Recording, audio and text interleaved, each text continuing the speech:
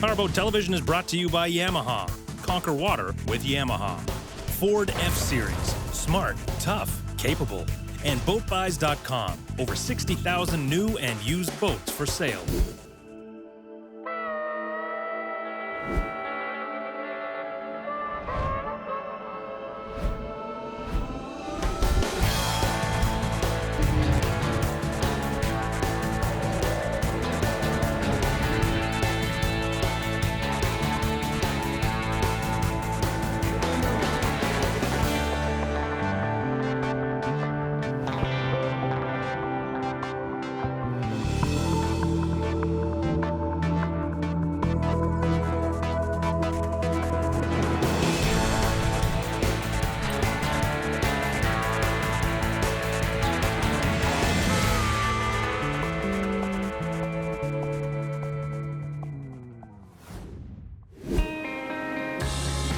Welcome to the southern shores of Vancouver Island in beautiful British Columbia. The capital city of the province is Victoria, which has a population of less than 90,000, but the Capital Region District has nearly 400,000, which is about half of the total population of Vancouver Island. Within that region is North Saanich and the beautifully well-kept North Saanich Marina. With 655 slips and the ability to berth up to 70 footers, this is a beauty spot just outside Victoria that's home to all manner of vessels. And dozens of boathouses, a great option given you can keep your boat in the water here year-round. Always eager to meet people new to the boating lifestyle, I hooked up with Mike McDougall and his wife Barb on their 1987 Bayliner Sierra 2550 named Summer Wind. And at this point, they've only had it for 8 months. And this is first boat? First boat. So new to boating. So I mean, I had an Explorer 200, like the inflatable one from Canadian Tire. I had one of those when I was a kid. Does that count? That totally counts. If you're floating, you're boating. This is a little bit different. A little bit different, more power. So, yeah. So what got you into wanting something like this? Honestly, it was a fluke. I've always been drawn to the water. I've always wanted a boat. So I was looking for a fishing boat. And the more I got into thinking about it, the more I thought it'd be more fun to go out and cruise and check out the islands. We've got some of the best boating in the world around here. Minutes from port, minutes from the harbors. We're gonna get more use out of it cruising than fishing. That's this, I started looking to see what I could find in sort of the budget that I had sort of set myself. Yeah. I came across this ad on one of the local online ads. And the best part was it was advertised as a 22-foot boat. So I started looking at what mortgage is gonna cost me. Okay, I can do that. One of the guys I work with, he's been a big boat guy. His dad's Coast Guard, his whole family's Coast Guard. So I'm like, come take a look at it for me, would you? We got there, we fired right up. And he's like, buy it. I'm like, why? He goes, because even if it sinks, you can pull the motor out and sell the motor for what you're paying for the boat. I'm like, all right. Buy the boat. Yeah. What do you say we open it up a little bit and There's a lot of nice custom homes up there that are all off-grid. Then there's the big beach that everybody just hangs out on. I had my new pals take me out to where the locals would go for a day trip, the Sydney Spit. After all, multi-day cruises aren't the norm for most people boating only on weekends. It's 20 minutes at a cruise from the harbor, and everybody goes there. I mean, it's beautiful sandy beach, secluded. So that's totally like the local hotspot. Like if you're on a Friday, you get to the boat and you're done work, because we're not far from Victoria, right? No, we're 25 minutes from Victoria. Friday afternoon, you're not going to go away for the weekend. You're going to go to Sydney Spit. Early in the day on the first weekend of the summer, and already there was a good collection of boats here. I can definitely see why this is the place to be for the locals. But I've had enough of being a passenger. So we said our thank yous and goodbyes, and the next day, on a hot morning that created one of the funkiest fog banks I've ever seen rolling across the Sydney Spit, we got our own cruiser, a land yacht. The perfect option for tourists like me to explore the waterfront. I think it gives you greater flexibility than being in a hotel. You know, it allows you to either, you can stay longer, you can move on if you don't particularly like the area. Fraser Sim has owned RV Rent Vancouver Island for a few years now and says the beauty of using Victoria as your starting point is you don't have to drive for hours. 10-minute drive, you're out in the wilderness, essentially. Whether it's the ocean or on land. We're taking the largest in their fleet, the 30-footer, and heading for the South Shore, all the way to Petter Bay, which is only about 40 minutes away, but feeling remote and serene. And of course, it's got a marina, which boasts a fleet of rental boats that we're going to be back to check out later in the show.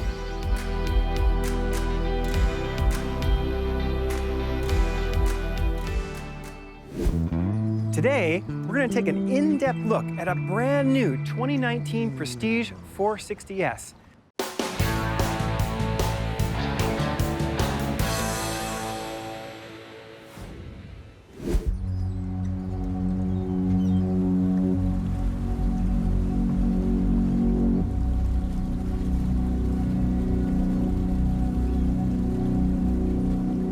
Today, we're going to take an in-depth look at a brand new 2019 Prestige 460S, an absolutely gorgeous coupe from Groupe Beneteau. Starting aft, you can see something new on the 460, which is this aft galley. And having an electric grill outside is one of my favorite locations. It keeps all the barbecue smoke out of the galley and out of the salon. 50-amp shore power cables can be heavy and cumbersome, but are easy to manage with the optional Glendinning Cable Master system. The optional hydraulic platform will make launching a tender a breeze, while providing a submersible teak beach for those blazing hot days. One major update to the 460 is in the cockpit. Gone is the smaller bench to stern. It's been replaced by a very large L-shaped lounge. The lazarette hatch lies under the lounge cushion and is a bit finicky, but it does reveal cavernous storage with easy access to the pods. This 460 has the optional wet head, and with bright windows, this space easily converts to an auxiliary cabin. Real teak cockpit flooring is a nice touch, as is the handy cockpit fridge. The second joystick is optional for easy docking, and no modern cockpit would be complete without a power awning. Just like that, push of a button. You enter the salon via two large sliding glass doors, which open all the way up, really connecting the cockpit to the galley. To starboard, the aft galley is beautifully appointed with Corian countertops, a stainless sink, and plenty of storage. To port, we find a microwave hidden above an oversized upright fridge, and another pull-out drawer with cutouts for your favorite vintage vino. The salon is only 2 small steps up from the galley, helping it feel connected to the cockpit. You can see a large L-shaped settee to port and a love seat to starboard. And the table pivots and opens up for dining. With large wraparound windows, the view from inside is truly spectacular. These windows have a reflective coating on them to help keep some of the sunlight out, but also to add just a little bit of privacy. And if you can't decide between the game and a sunset, not to worry, the TV is retractable. I don't think coupes would be nearly as popular without this fantastic feature.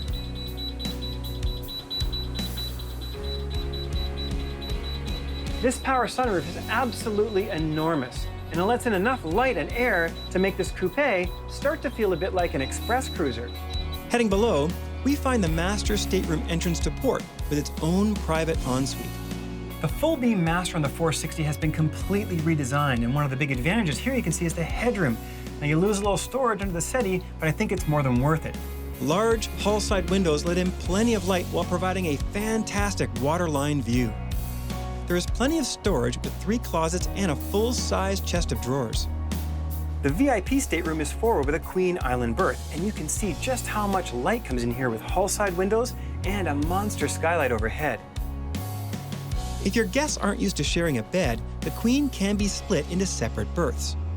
Before heading above, we should note that an optional washer-dryer combo is available for those planning to spend more than just a weekend aboard. Leaving the dock is a breeze with joystick control, and it's hard to overemphasize the benefits of this system. Pod drives are amazingly efficient, and even with the smaller 370 horsepower IPS 500s, the 460 gets on plane quickly. One of the great things about pod drives is as you turn the wheel at speed, you don't get them to turn all the way, so it kind of restricts your turning radius a bit. Now that's basically full lock to starboard right there. If you need to perform a tighter turn, you will have to slow down a little, but the benefit of this variable ratio is an extremely stable feeling. Visibility really is spectacular, and the feeling with the large sunroof open is very similar to an express cruiser. I love the panoramic view. There's a little small blind spot to port and starboard on the aft section where the galley and the fridge are, but it's nothing onerous. Modern and elegant, the new 460S provides the performance of an express cruiser with the ability to completely shut out the elements at the push of a button. Most impressive, however, is the overall space aboard this 46-footer, which feels easily as big as most 50-foot express cruisers.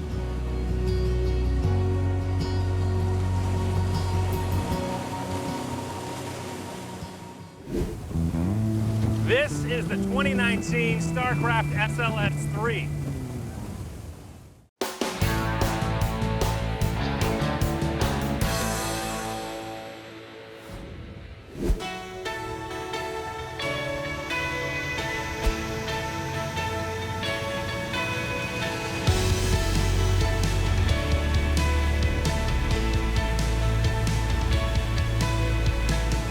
This is the 2019 Starcraft SLS-3. The SLS, the Sport Lounger series, is the most popular of Starcraft's pontoon lines, and for good reason. It's a perfect mix of quality, luxury, comfort, and price point. I know I should be talking about the construction and the performance, and I will, but I can't get over the look of this. I love the exterior color, and I love the interior color too. Different without being over the top. The HMX pontoons means handling feels like this. Whoa! Feels like it's on rails.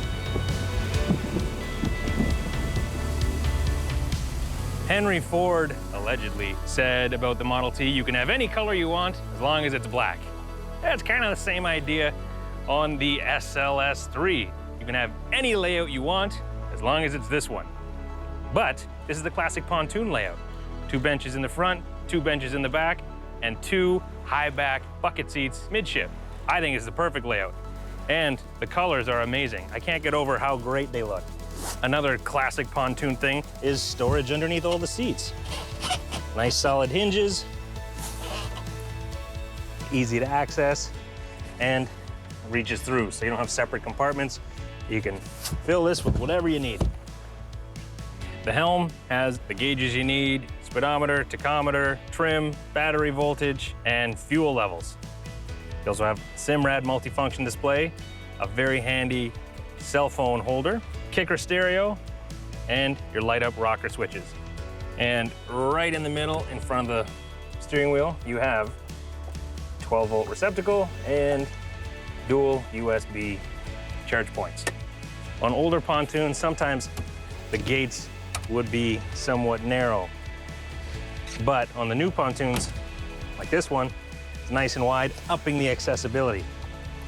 And just in front of that, opposite the helm, you have the privacy enclosure. Now, you could put a portable toilet here. Not many people actually use it for that. What a lot of people do use it for is as a change room. Because you want to be out on the lake, you want to jump in the water, but you don't want to sit in a wet bathing suit. Perfect little change room. The stern lounge could actually have a couple purposes. You got the removable table that you can either have like this, turn it sideways, or this is where you're gonna be watching people swimming because you got a good sized swim platform back here. You also have the ski tow pole, and you have a deep reaching 4-step stainless steel swim ladder. While we're out here on the swim platform, it's worth mentioning that this is powered by the brand new 225 horsepower V6 Mercury 4-stroke. Now normally if I'd be here, the cameraman would ask me to turn the engine off because it'd be too loud. This is super quiet, as you might have noticed in our show last year. The loudest part actually is the telltale, a little bit of water coming out. And the reason that I like seeing this on boats is because it means maintenance is super easy with the service hatch. You have the dipstick to check your oil, and the oil fill right here. And of course, if you want to take it off, at your handle. So how well does this beauty perform? Quite well, considering this doesn't even max out the horsepower rating. It gets on plane virtually instantly, and I cruised between 23.4 miles per hour at 3,500 RPM and 31.9 miles per hour at 4,500 RPM. Wide open throttle yielded a top speed of 41.2 miles per hour. The only thing that could get me to stop gushing over the looks of the SLS-3 was the performance. Sure, you don't have any floor plan options with the SLS line other than which overall length you want, but if it ain't broke, don't fix it. And if it's this much fun, it certainly ain't broke.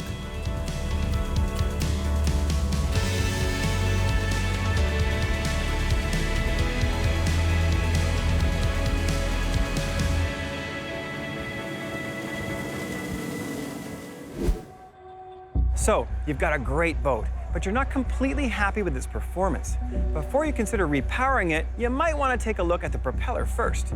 Fortunately, the company that has the largest selection of propellers has an excellent prop selection tool on their website, and that's where we started. To find the ideal propeller, you must first consider what kind of performance you want to achieve.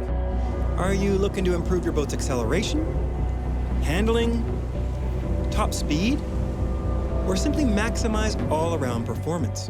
Once you add your engine info, it really helps to provide your current prop spec and top speed. Our Pride Marine Group Chaparral already had a 14.7-inch stainless 3-blade inertia with a 16 pitch, but we didn't know its top speed just yet. So we just provided the boat length and got 10 recommendations right off the bat. Since water testing 10 would take a while, and the little shaft already had a stainless 3-blade, we opted to try a Revolution 4-blade and a High 5. Since Steve already showed us the benefits of Mercury's Vessel View mobile system, we decided to use it to track the data when comparing propellers. So our inertia prop, our standard baseline prop, is going about 42 miles an hour, but it's hitting the rev limiter at 5840. So if you were running the boat light with no one in it, it probably could use a little more prop. It comes out of the hole just fine, 42 miles an hour. We could probably go a little faster. Let's try another prop. So we've tried our 3-blade inertia prop, and now we're going to try our Revolution 4-blade. You do need a couple of tools. A flathead screwdriver will get the lock washer off, and a prop wrench or a 1 1/16-inch socket will undo the nut, and a wood block to prevent the prop from spinning.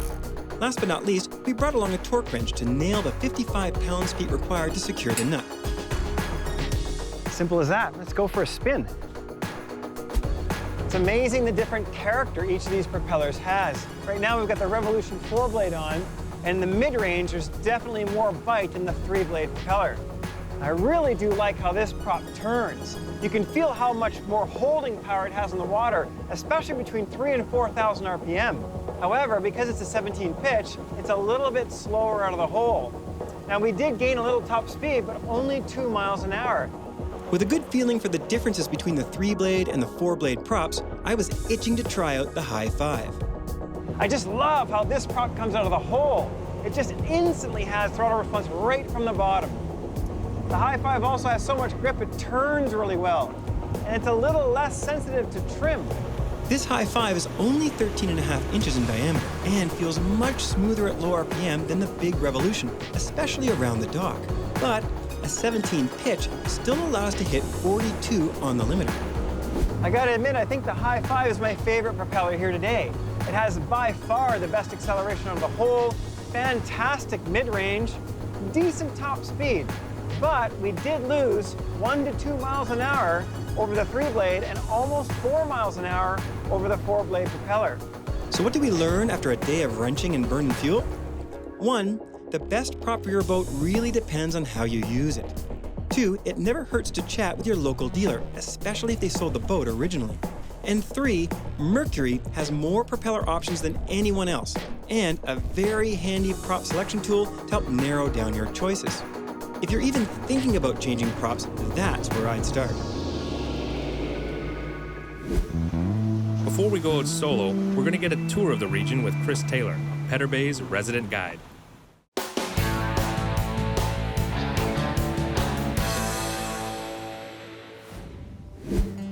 Back at Petter Bay RV Resort and Marina, it's a great spot for tourists like me. Not only are there dozens of hedge-lined RV spots, there's also the protected harbor. The marina consists of about 250 slips. 50% of those are annual customers. We fill up in the summer, starting in May into September, we go to about 100% capacity, most of which are the fishing community. We're in the heart of some of the best fishing grounds in the world. We run a rental fleet all year round, but in that winter season, we have 6 boats. Currently, we have 17 in the water right now. It's incredibly popular. It's a wonderful thing to get people out on the water and a great way to do it, and an inexpensive way to do it as well. Before we go out solo, we're going to get a tour of the region with Chris Taylor, Petter Bay's resident guide. A lot of people love boating, but if you're from small lakes, this is some daunting stuff to go out on. So being able to be a passenger and still fish, and you can take them out. Exactly, and those that are a little more enthusiastic to try it, the bay is usually safe to take out the little boats, whether it's just for renting or for sightseeing. They're great, and that's one of the few places left on the island where you still can do that. At the mouth of Petter Bay is a minimum security prison on one side and a Canadian naval base on the other. Continuing out and west, you come to Race Rocks, with the historic black and white lighthouse, which has stood watch here since the mid-1800s. Tour aside, it's time to wash some lures and see if we can't catch a salmon. So I took the helm while Chris sent down the downriggers. I'm biased because I'm a guide, but I would say go out with a guide the first time because you'll learn techniques and things that will shorten your learning curve before you try and rent the boat and do it on your own. There's lots of stuff to see. There's a lighthouse, there's seals, sea lions, eagles. Exactly. I mean, I take some of that stuff for granted because I see it every day, but... And I guess you see whales sometimes, right? Yeah, we see them fairly often here, sometimes from a distance, sometimes they come right up close. And that's why we usually put the fishing gear away and enjoy the show. Next day, we're back at the docks, this time heading out solo. So yesterday, we braved the cold and wind and got to see all the highlights and hot spots and do a little bit of fishing with Chris, which is a great way. You can go out with a guide, get out on the water, out on the ocean without it being daunting. But if you're like me and really want to be behind the wheel, you can do that too. Petter Bay has a whole whack of fishing boats like this one in their rental fleet. And they outfit you with all the gear too. Nets, downriggers, rods, lures, crab pots. Come by our RV tonight. Seafood feast or hot dogs. First, we set up and sent down a crab pot. Seeing a couple crabs.